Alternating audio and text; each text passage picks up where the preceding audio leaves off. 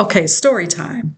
I always felt an extreme amount of inner turmoil when I was locked into religion, when I was going to church, involved in all the different auxiliaries. Okay, I was the youth leader. I was a praise team leader.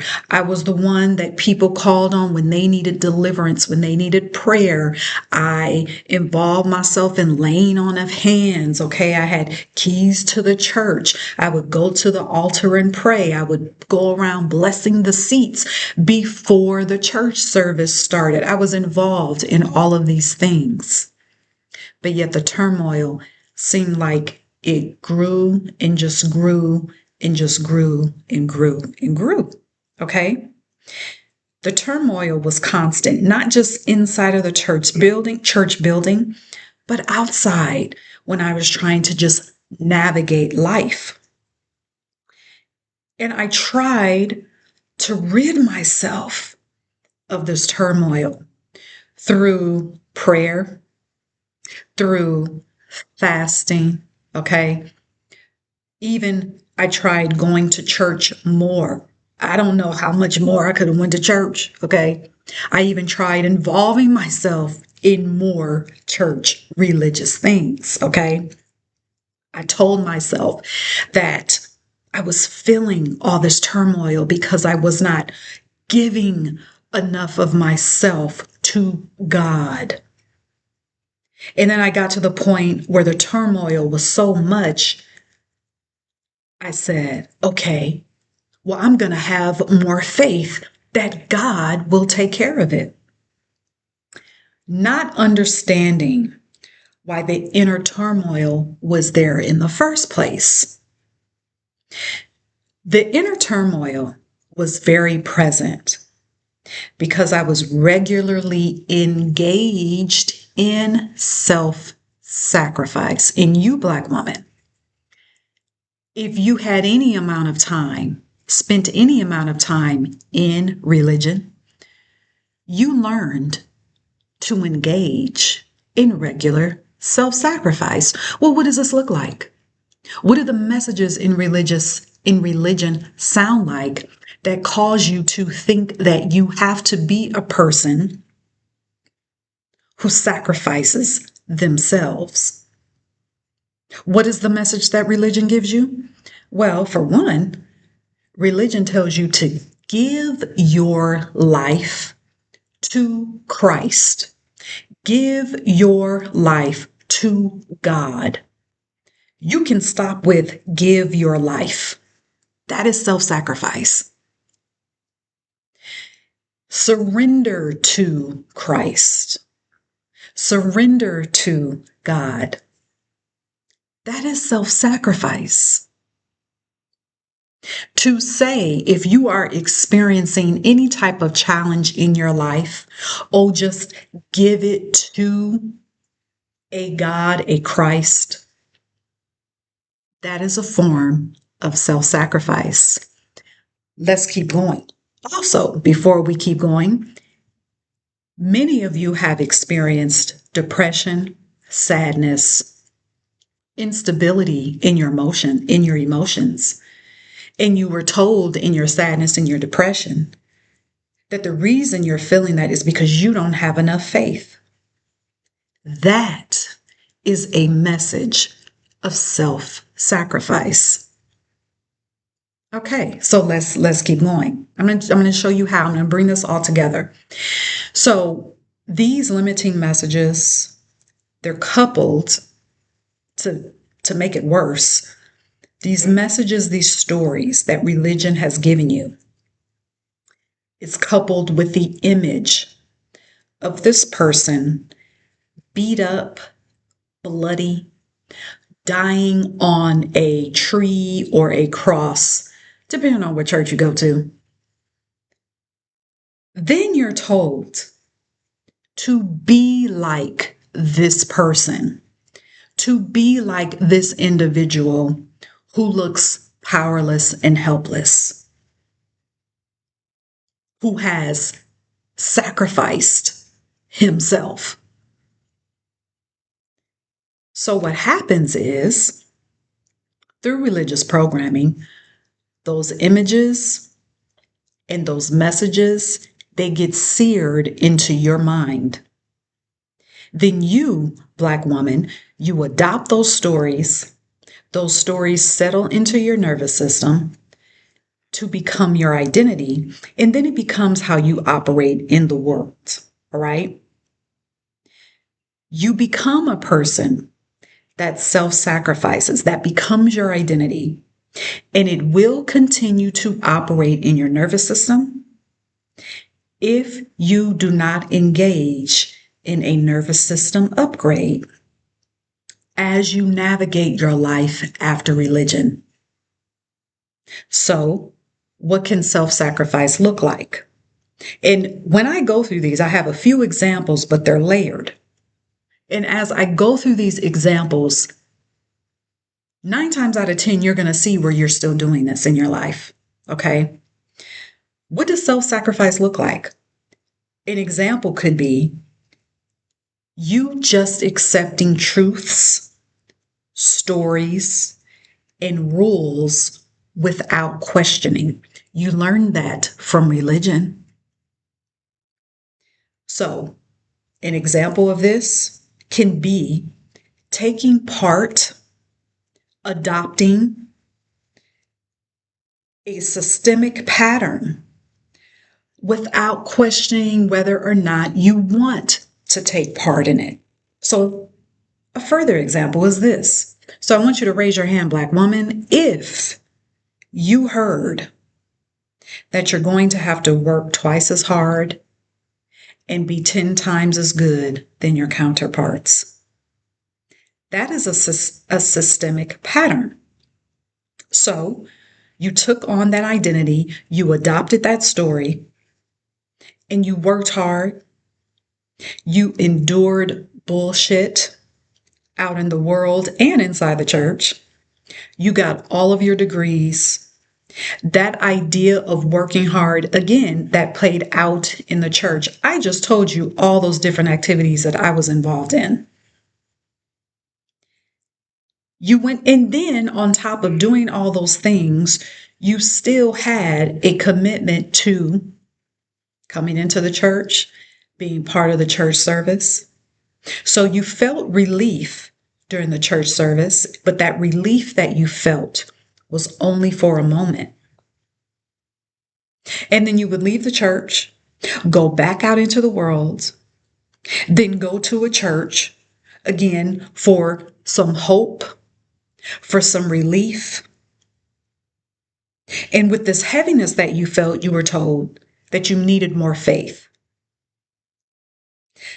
Not realizing that you were connected to a system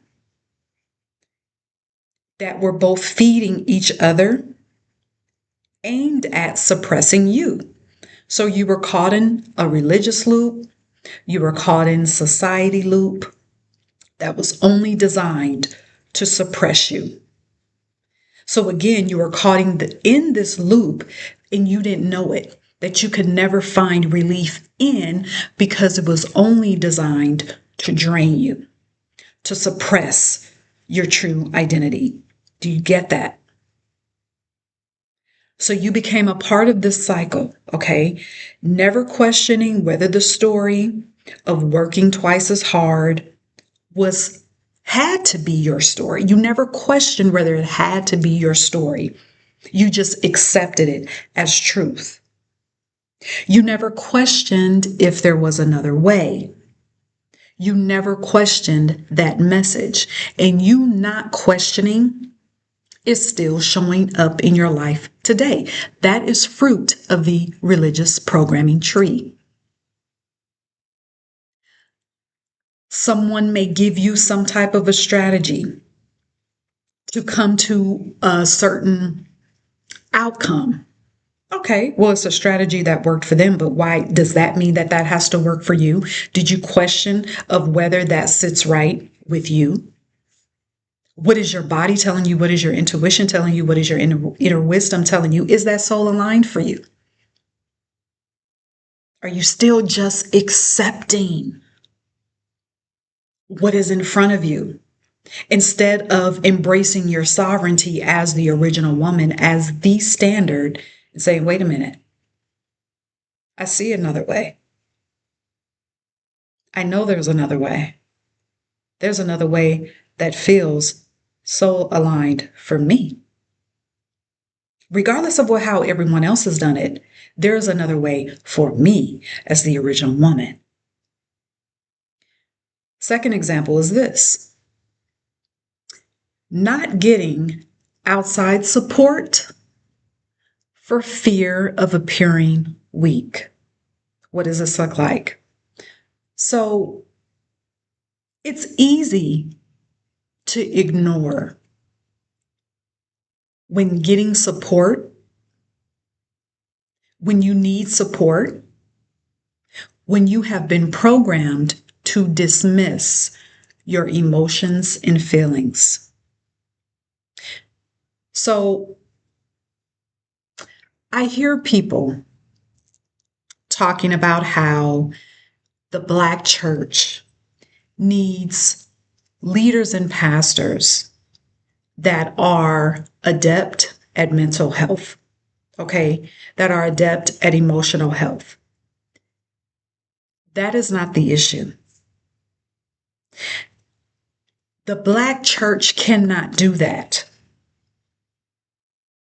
when the Black church is still enthralled in religious systems designed to suppress the true identity of the melanated people, of the Black woman,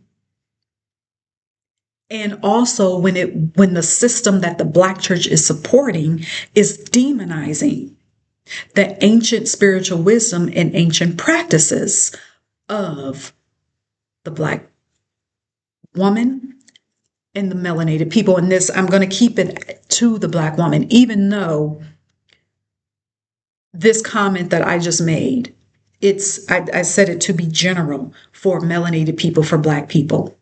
But I want to make sure that I still take it down to, still layer it. That's not the word that I want to use, but still make it specific to Black women. All right. So I'm going to say that again. I hear people talking about how the Black church needs leaders and pastors that are adept at mental health. Okay. I don't believe that that is the issue. The Black church can't do that. They're not conscious of that when the Black church is still engulfed, enthralled, chained, shackled by the religious system, the very system that was designed to suppress the identity and the true spiritual authority of melanated people, specifically the Black woman. So let's go back to the point. So when you dismiss your own emotions and feelings, you drown them. You drown your emotions and your feelings in doing more. Just like I shared in my story at the top of this video. You drown your emotions and feelings in trying to achieve more. So another example of this is I listened to a woman tell me during a time when she was going through she was going through a lot, okay? Experiencing a lot of hardship, right? And what she said to me was, there was no time to feel or to be emotional. Those are her words. So she said she put her head down and kept working. We can all relate to that, okay? That has led to much disharmony and dis-ease within our bodies. Because when you ignore your emotions, When you ignore your feelings, you're ignoring your own body. So those emotions and feelings, they get deposited somewhere in your body. And what I believe, this is a side note, I believe, I'm going to say 85% of a lot of the dis-eases that we see are emotions, locked emotions being expressed. And in some cases, it is very extreme. Illnesses are manifestations of suppressed emotions. Now, some of you all may disagree away. But there is a spiritual aspect to this. We have to, because we're talking about energy. Okay, so fear of appearing weak and going to get support is an example of self-sacrifice. So I want to read you this. I'm reading from volume 2, Mami Wata, Africa's Ancient Goddesses and Gods Unveiled, written by Mama Zagbe. Vivian Hunter Hindrew is the author. Okay, so this time I'm reading from page 649. And those of you that have been here, you know I have started to regularly read from her books. Inside of the private community that I will be opening up soon, we will be having live discussions more on her books where I go in depth. Okay, so if you want to be a part of that live community, that private community, get on my email list. Go to unleashedalchemy.com so that you'll be the first to know when I open it up, and you'll have access to the introductory monthly price. Okay, all right. So I'm reading from page 649. Now, she is talking about melanated people, Black people as a whole. Okay.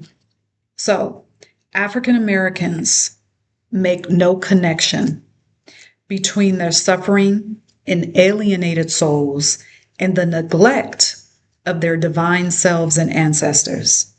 Yet millions privately are experiencing unexplainable spiritual encounters and feelings of incompleteness, imbalance, and emptiness that no matter how many church revivals they attend or civil rights battles they win, it can never completely fill the unnerving void or feeling that something is missing.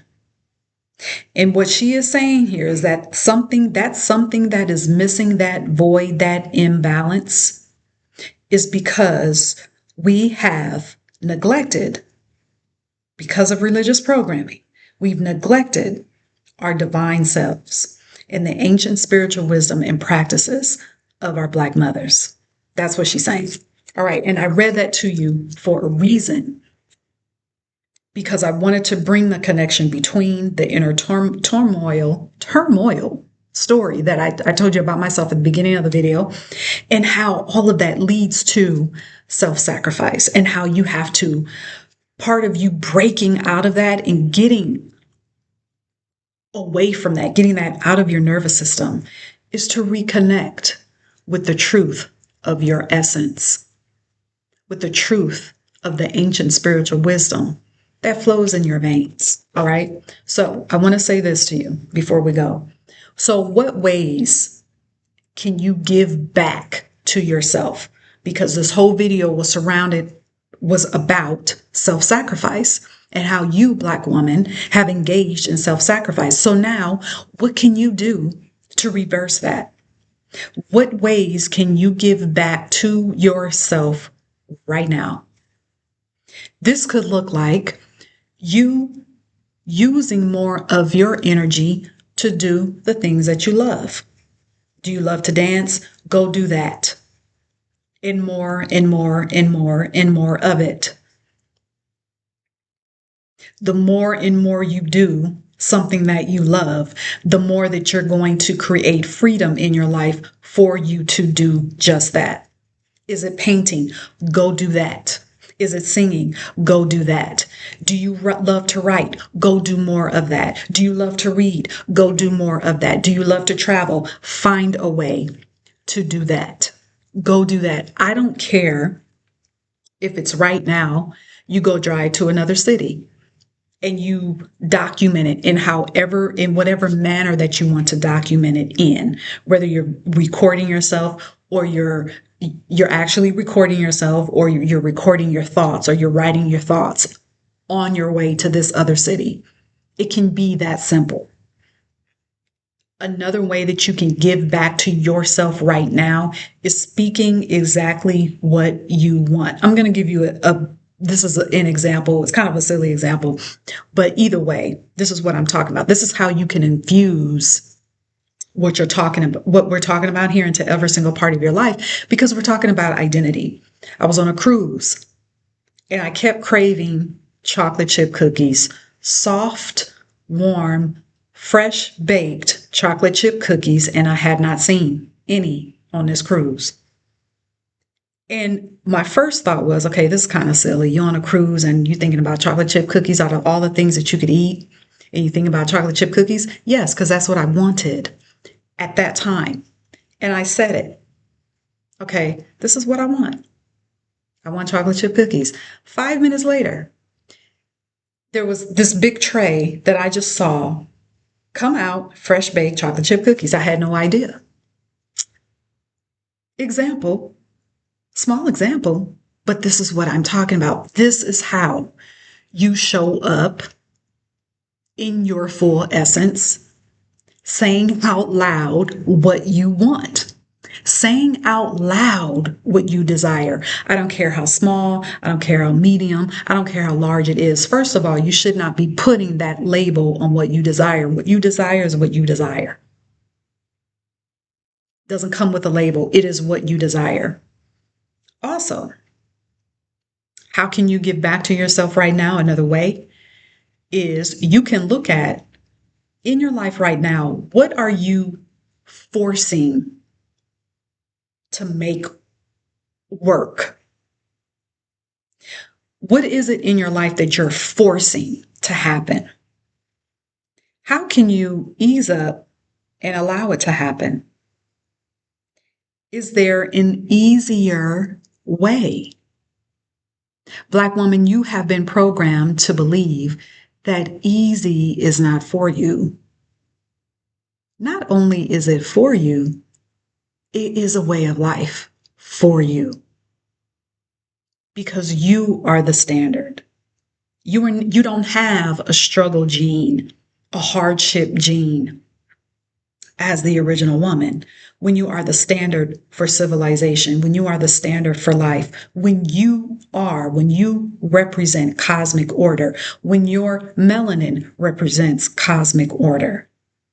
So how can you, whatever it is that you're working on right now, how can you go about it in an easier way? Ask that question out loud. And one more example. What way can you give back to yourself right now? Maybe that does look like going to therapy. I have a therapist. Maybe that looks like going to therapy. I treat therapy like I treat working out. I take care of my physical, so why wouldn't I take care of my emotional? So for you, maybe that looks like therapy. And going to therapy doesn't have to be, oh, you have this emotional imbalance taking place. You feel off or, whatever. Everything in your life could be going very smoothly. And you could still be going to therapy for maintenance. Same thing, I'll use the example of working out. You work out for maintenance. You're not going to feel cramping in your legs one day and then all of a sudden say, oh, I should go work out now. You're not going to engage in a stretching exercise just because you feel cramping in your body. Oh, I should go stretch now. No, you do it. It becomes a regular thing because it is maintenance. Same thing with your emotional health. So I want to leave you with that. Don't forget, go to unleashedalchemy.com where you can sign up to be a part of the Unleashed Alchemy Weekly. Also, when you sign up to be a part, to get the Unleashed Alchemy Weekly newsletters, you'll get a 5-part mini video series that I call From Religion to Alchemy. It's complimentary. You'll get that straight to your email. Also, I will be opening up a private community, opening up here very soon. So being on the email list, you will get access to the introductory price for that monthly membership. In that monthly membership, I'll be going live. We'll be doing live workshops. We'll be doing live webinars. We'll be doing live rituals. We'll be doing live meditations. We'll be doing live breath work. You get it? This is live. We'll be doing live Q&As. This is a live platform that is necessary. Okay. Because what I have to share with you, I'll be going deeper into these volumes of Mama Zogbe's book.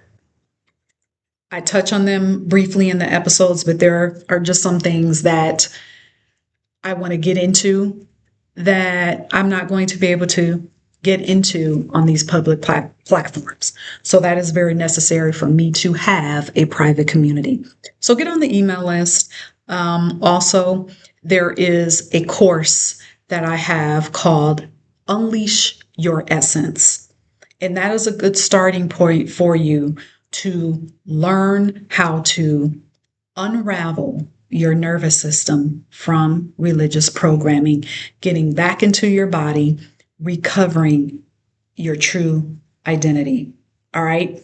So let me know what your takeaways are. Comment on the video.